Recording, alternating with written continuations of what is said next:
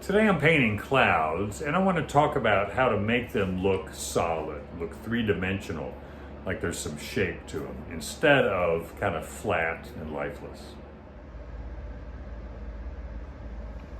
Okay, today I want to talk about clouds, how to make them look solid, like they're three-dimensional. Even though they're hanging in the air, you want them to look like, to some degree, like boulders, like you could walk around them. They have some depth to them.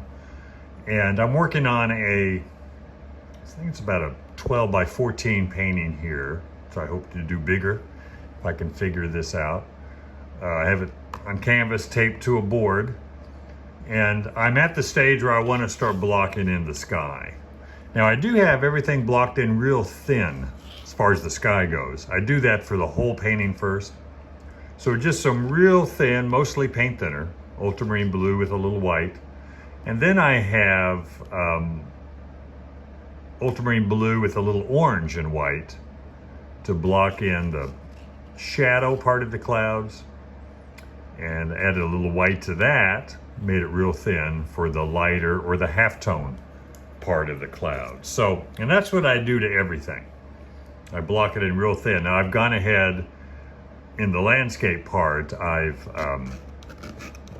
added thicker paint, more color, and now I need to do that to the sky. So this is kind of the start, almost the drawing stage. So the sky is still at the drawing stage. And the few areas where I do have a little bit of thick paint, I'm scraping that off because I want it to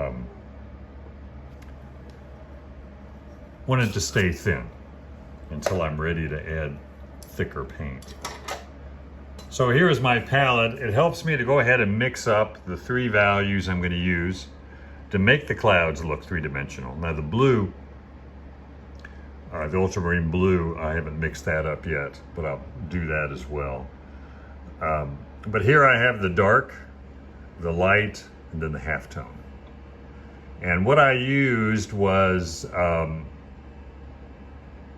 yellow ochre and dioxazine purple. So the idea that violet and yellow are complements. That's how I'm going to make my gray values in the clouds. Clouds are white, and so the shadows, light areas, halftones are going to be more muted.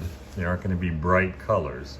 So I use complements, either blue or orange, to get the grays, halftones, and lights, or yellow and violet, or even red and green sometimes. So now it's a sunlit day, so I have the white here is white and yellow ochre. So that's going to be pretty warm because the sunlight's hitting the clouds, and then the shadow is going to be cooler.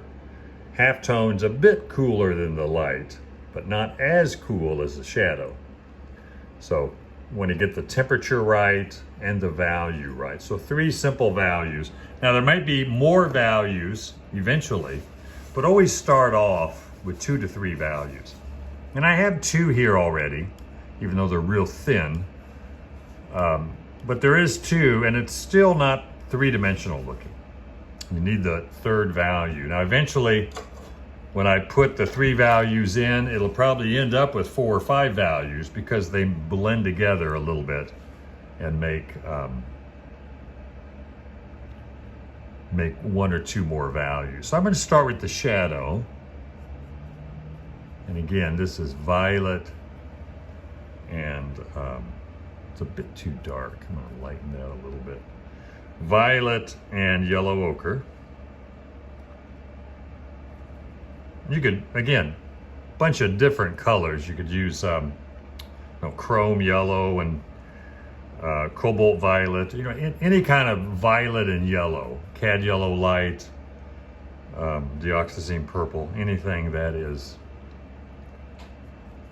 complementary will give you the grays. And you could use black and white, but there's no color in that. Even though this is kind of a gray, it has a violet tint to it, which I think is better than just black and white, ivory black and white, because there's no color there.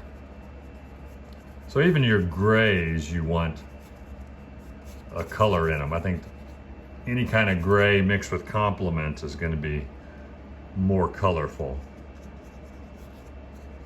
Loading up the brush pretty good because I want this thick compared to the paint that's on there. It's on there real thin. And it does help that I have everything in there real thin, or at least the two values, the light and the dark, in there real thin. Now I'm going to go to the halftone. This is a bit more halftone, not quite a light back in here. And it's one of those three values. Don't get caught up in too much detail, which is value change. So get halftone in here. Even if I overlap the mountains a little bit, not a big deal. I can paint the mountains on top of the clouds if I need to. Now I'm going to clean the brush and get a light. And I'm going to put a little bit of light right here. So now I have at least a little bit of all three values, the shadow, the light, and the halftone. And that's, again, the three values I'm going to use to make these clouds turn in space, make them have some shape and form.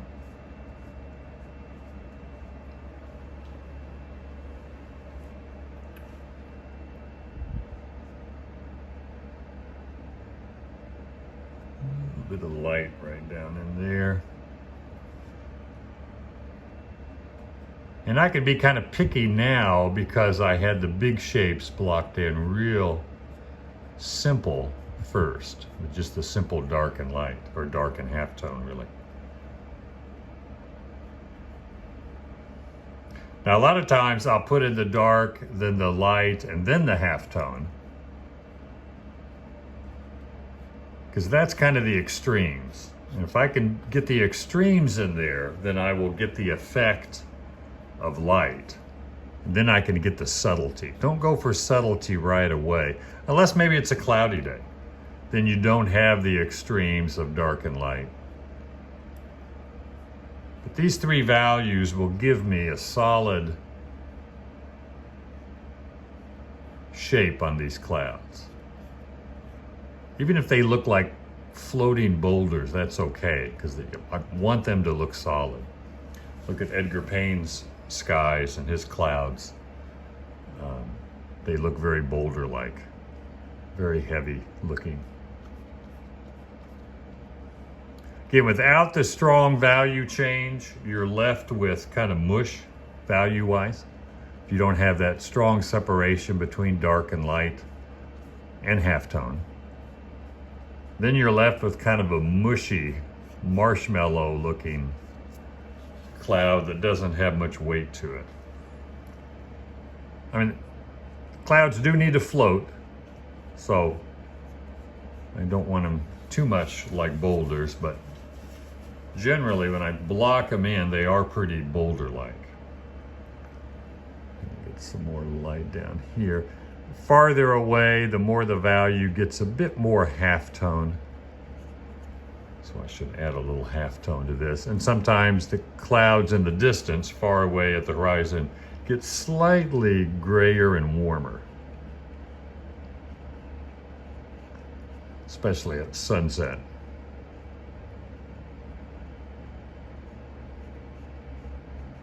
But I'm being careful with, again, three values. I'm not being careful, doesn't mean being picky and adding a ton of detail.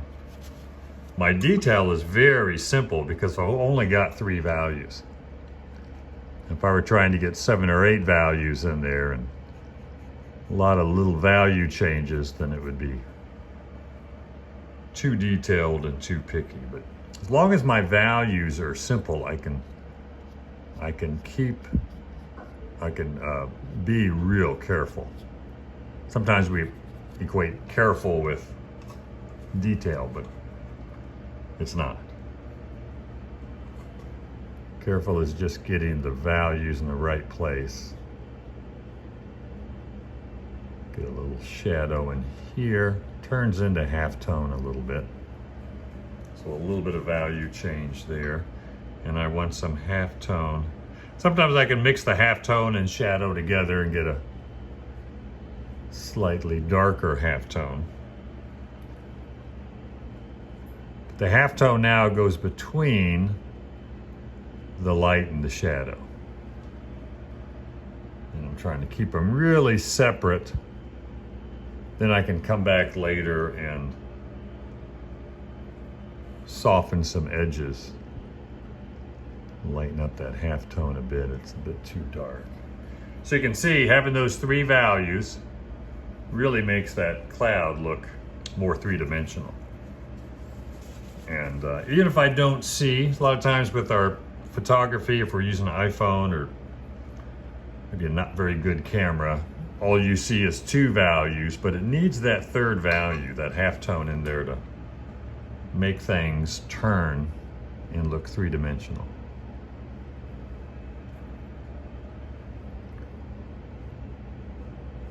Edgar Payne is a good one to study for clouds.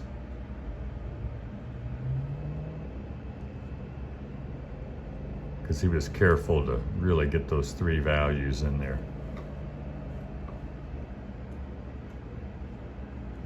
Halftone in here. And the halftone is on the light side, it's not on the shadow side.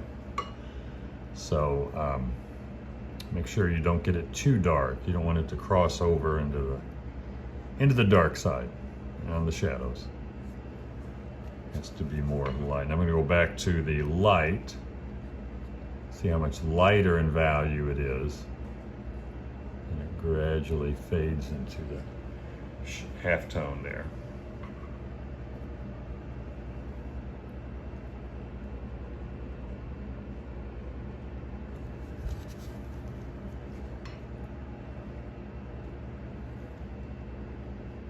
So working in the halftone.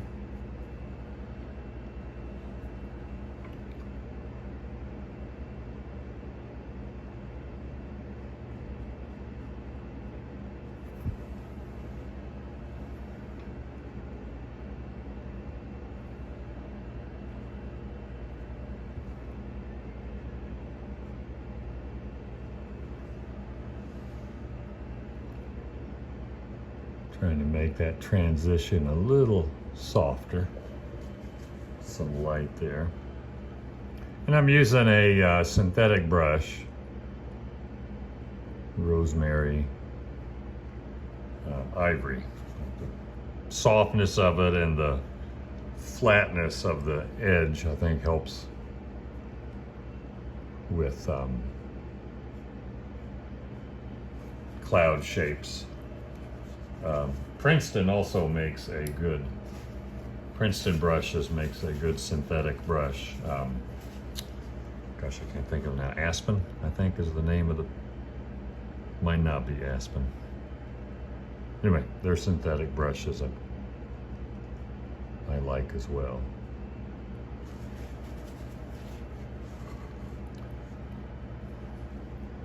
Some more halftone over here. You can see, working those three values in,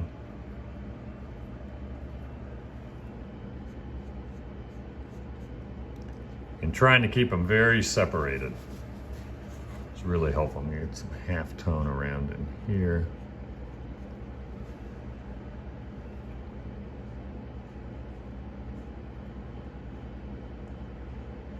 And again, the more simple you can keep it, the better. Now I'm going to get some ultramarine. Use palette knife and mix up some sky value here. Should have done that ahead of time. It helps when I'm painting like the sky or the mountains or the middle ground, foreground. If I can mix up the colors and values of the big shapes, big colors and values, but just the simple ones, the big ones, not detail, not just three simple values, 2 or 3 different colors. Then as I, like in this case, as I paint the clouds, I've got everything mixed up and I can judge the values a lot better. Don't always do that. I'm going to use, I'm going to have well, probably just 2 values of sky. This is the dark. And I'm going to use this now to cut in. And it's darker because it's higher up. The higher up in the sky, the darker the value of the blue.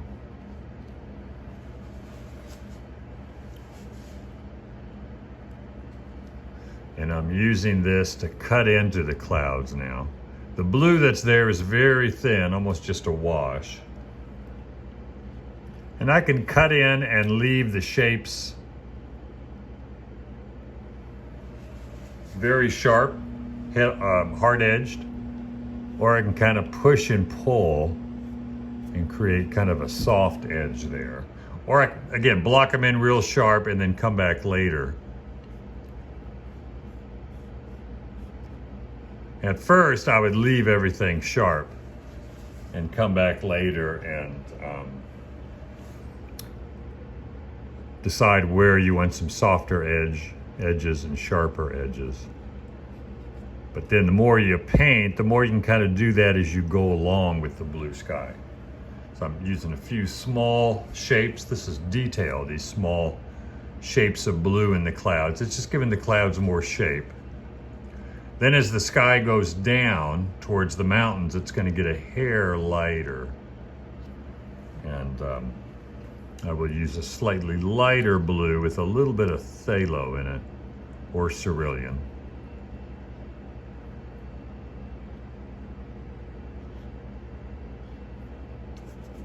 But this allows me to shape the clouds up a little bit, because I'm using the negative shape of the sky against the clouds, and I might get a little bit lighter.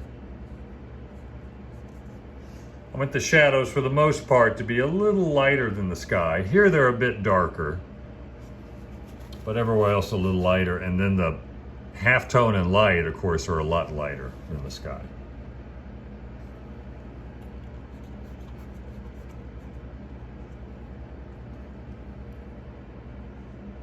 Again, I'm cutting into the clouds, creating some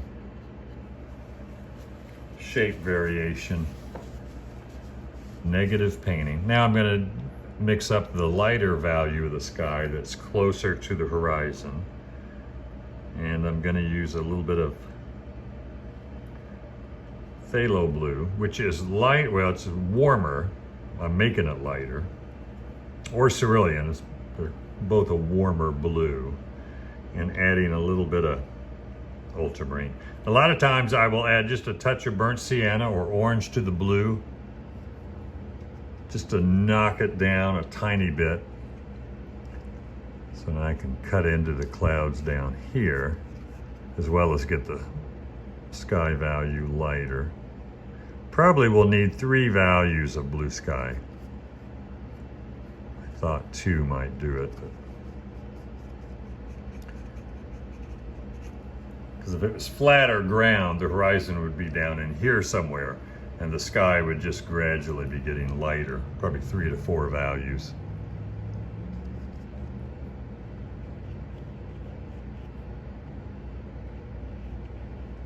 So just like with the clouds, I need to really soften that edge down there. I'm going to blend the light and the dark blue sky together and create kind of a 3rd value.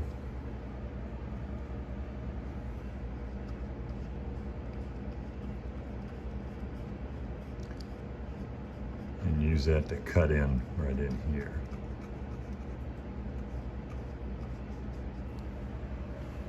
So I got a subtle value change there, and then the darker one.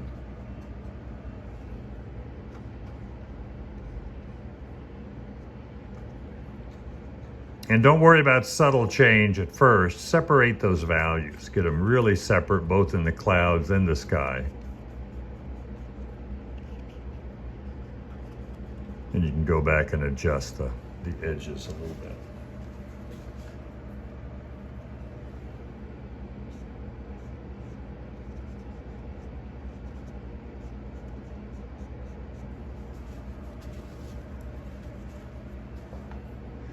Then edgewise, the bottom, where the cloud shadows are, like here and here, that's going to be softer against the sky because it's further back. I'm going to lighten the shadow just a hair. And it just kind of blends into the sky. The harder edges will be the tops of the sunlit clouds against the darker blue. Now, not extremely hard. Like I'm going to come in here and give a little bit sharper edge at first, but then I'm going to push and pull some edges to create some softer edge. I don't want a continuous hard edge. Like this is continuously too hard right there. So in a spot or two, I need to push or pull it to help it from, it keeps it from looking flat. So I'm going to use this is an old Lang nickel. I don't think they even make these anymore, these old Lang nickel brushes. Still have some left from years ago. And I'm just going to push and pull some of these edges that are generally sharper than underneath edge. Like this underneath here needs to be softer. But I don't want all the edges too hard or all of them too soft. I want a variety of edges with the underneath being a little bit softer and get a little bit of a softer edges on some of these transitions between the values.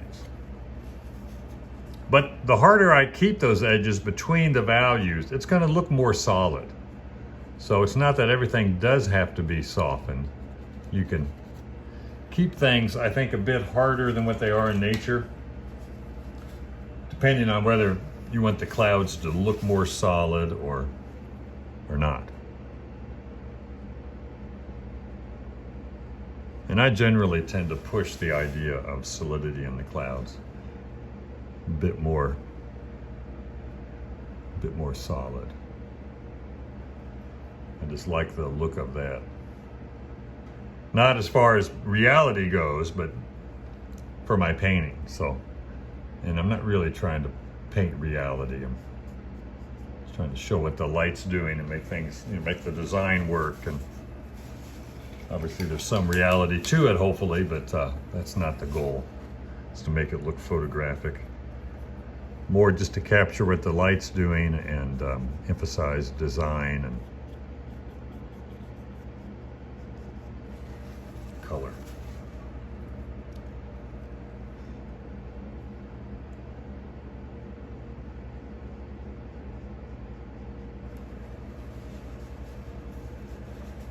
And sometimes the lower, like these, the bottom of these clouds are going to get a little reflection from the sunlit part of the mountain. So I'm going to get some orange.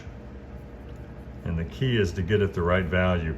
And I wiped most of it off the brush because I don't want much of it there. A little bit of reflection bouncing up into these. You can see just a bit of a glow. Now, if I get it too thick, it'll just cover up the shadow of the mountain and just sit on top of it. I want to lightly blend it in. So a little warmer there. Then, conversely, I want a little cooler. And both of these, it's got a reflected light, so it's a hair lighter than the shadow, but not much, the orange. And the bluer,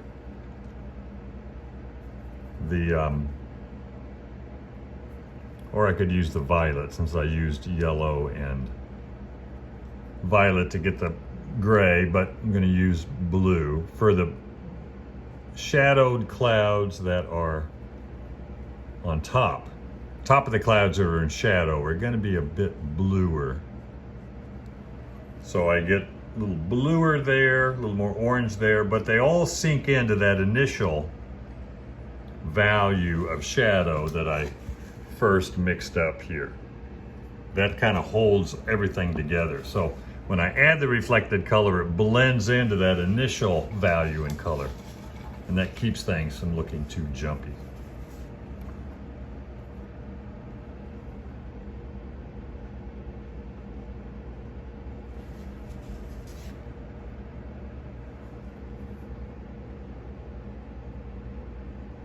But again, the key is keep those values separate and simple.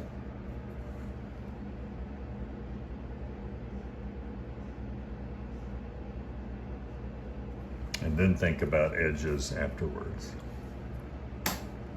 Take the softer brush and lose some of those edges. And that will do it. I think they look more solid than they did with just two values. The thicker paint helps, and the variety of hard and soft edges. Well, thanks for watching, and if that was helpful, don't forget to click the like button and watch this next video on night painting.